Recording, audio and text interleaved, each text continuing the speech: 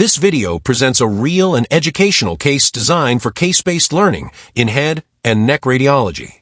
We will analyze a classic but highly relevant entity in otologic imaging, emphasizing how careful interpretation of high-resolution CT can directly impact diagnosis, management, and surgical planning. This case is particularly valuable for residents and practicing radiologists because it illustrates both fenestral and retrofenestral involvement in the same patient. The patient is a 50-year-old woman with bilateral hearing loss. The main indication for imaging was to evaluate the osseous structures of the temporal bones and to identify a possible structural cause for her symptoms, given the clinical suspicion of a conductive or mixed hearing deficit.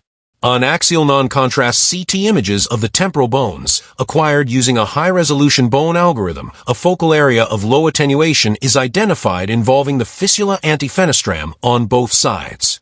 This finding is symmetric and located immediately anterior to the oval window, which is a characteristic imaging appearance of bilateral fenestral otosclerosis.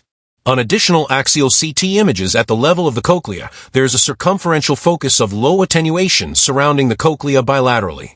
On the right side, this hypodense pericochlear bone partially mimics the appearance of an additional basal cochlear turn. This classic imaging feature is known as the double cochlear turn sign and represents retrofenestral, also called cochlear otosclerosis. From a diagnostic reasoning standpoint, the combination of hypodense foci at the fistula antifenestram together with pericochlear demineralization strongly supports the diagnosis of otosclerosis with both fenestral and retrofenestral involvement. Fenestral disease explains the conductive component of hearing loss, while cochlear involvement accounts for the sensory neural component often seen in more advanced cases. Otosclerosis is defined as an abnormal replacement of the normally dense bone of the otic capsule by spongy, more vascularized, and less mineralized bone. The term otospongiosis is often used to describe the active phase of the disease. Fenestral otosclerosis primarily affects the fistula antifenestram and may extend to the oval or round windows, while retrofenestral otosclerosis involves the pericochlear labyrinthine bone and is usually associated with fenestral disease.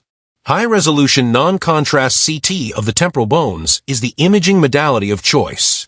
In the early or active phase, otosclerosis appears as areas of low attenuation due to otospongiotic bone.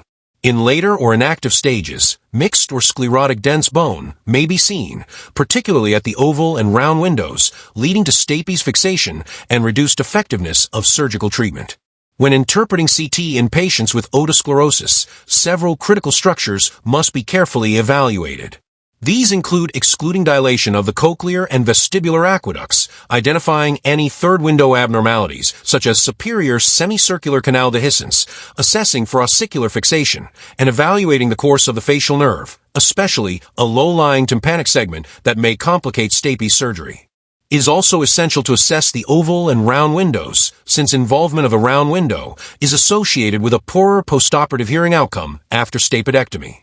Other important entities to exclude include tympanosclerosis and vascular anomalies, such as a persistent stapedial artery, which can pose a serious surgical risk if unrecognized.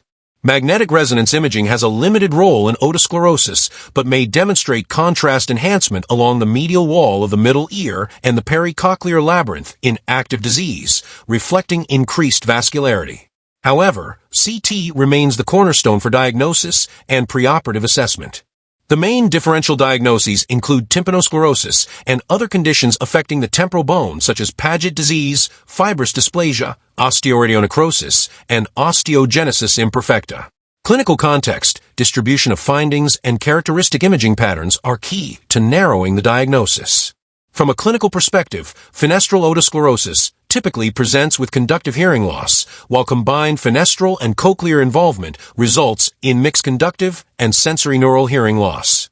The disease usually begins in the second or third decade of life, is more common in women, and is bilateral in approximately 80% of cases. The most commonly used treatment is stapedectomy with placement of a stapes prosthesis. At this point, I invite you to watch another related and highly educational video on the channel titled Pleomorphic Adenoma CT and MRI Imaging Essentials. The link is available in the comments and complements this case by reinforcing systematic image analysis and diagnostic reasoning in head and neck radiology. In conclusion, this case highlights the importance of recognizing classic CT features of both fenestral and retrofenestral otosclerosis, understanding their clinical implications. If you found this case helpful, please subscribe to Dr. Martin, Head and Neck Radiology, give this video a like, and leave a comment with your thoughts or questions. Your engagement helps support high-quality educational content for the radiology community.